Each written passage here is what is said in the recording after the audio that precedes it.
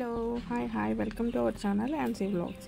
ఈరోజు వ్లాగ్ ఏంటంటే summer season వచ్చిందంటే తాటి ముంజులు వస్తాయి. ఇప్పుడైతే రైనీ సీజన్ కాబట్టి తాటి ముంజులు అయిన వెంటనే తాటికాయల సీజన్. అదే వింటర్ సీజన్ వస్తే తేగలు వస్తాయి.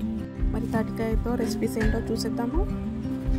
ఫస్ట్ అయితే తాటిపండుని పేస్ట్ కింద చేసేసుకోండి. నేను తాటిపండుతో ఫస్ట్ అయితే గారెల రెసిపీ అయితే చేస్తున్నాను, చూసేయండి. అది బెల్లం తీసుకుని దాంట్లో కొంచెం ఆయిల్ వేసిన తర్వాత అరిసెలకు పాకం ఎలా పడతారో అలాగ బాగా ముదురు పాకం వచ్చేలాగా చేసుకోవాలన్నమాట.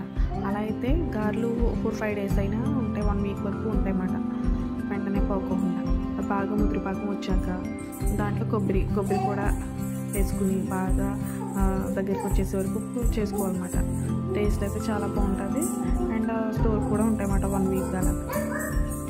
ఆ పేస్ట్కి ఎంత సరిపడే అయితే ఉప్మానొక్క అయితే తీసుకోవాలి. గారెలోకి అయితే ఉప్మా తీసుకుని కలుపుకోవాలి. ఎలా పిండి బాగా లూజ్గా కాకుండా మరీ టైట్గా కాకుండా పిండిని బాగా ఉప్మానొక్క బాగా కలిసేలాగా కలుపుకోవాలండి.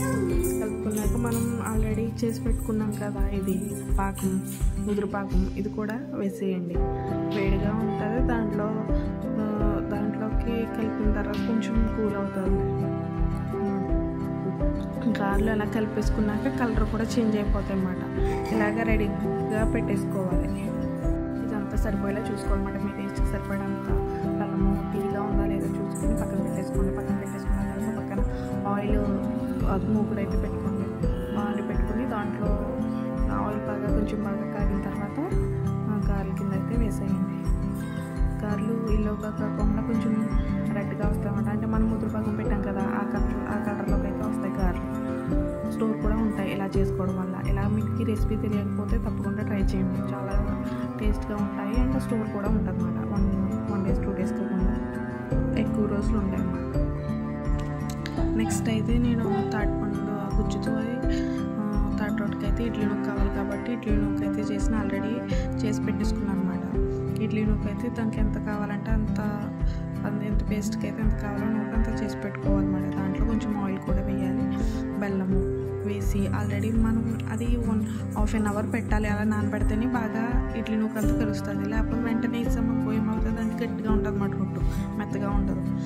అది అలా చేసి పెట్టుకుని మీరు ఆల్రెడీ 1/2 అవర్ ఉంచండి. 1/2 అవర్ ఉంచిన తర్వాత దాంట్లో కొంచెం ఏం వేస్తారంటే ఇడ్లీ నూక, ఆయిల్, బెల్లం అవి వేసి 3 నానబెట్టేసుకోవాలన్నమాట. ఒక 1/2 అవర్ నానబెట్టుకోవాలి, అంటే కలుపుకొని పెట్టుకోవాలి. నెక్స్ట్ దాంట్లోకి మీరు ఏదైతే పెట్టుకుంటారో దాంట్లోకి మేమైతే కుక్కర్ దాంట్లో వేసాము. దాంట్లో కొంచెం ఆయిల్ వేయాలన్నమాట. దానికి వేసుకుని ఆ పిండిని అయితే వేసేయాలి. ఇలాగ మనకి ఇలా ఒత్తుకోవాలన్నమాట. అదంతా ఇలా ఎక్కువ 1/2 అవర్ నానబెడితేనే మెత్తగా ఉంటుంది, గుల్ల వస్తుంది అన్నమాట. అది రొట్టు వెంటనే వేసాము నూకగా గట్టిగా ఉంటుంది. ఇలా కూడా ట్రై చేయండి, ఓకేనా? ఇలా అంతా పెట్టేసుకోవాలి.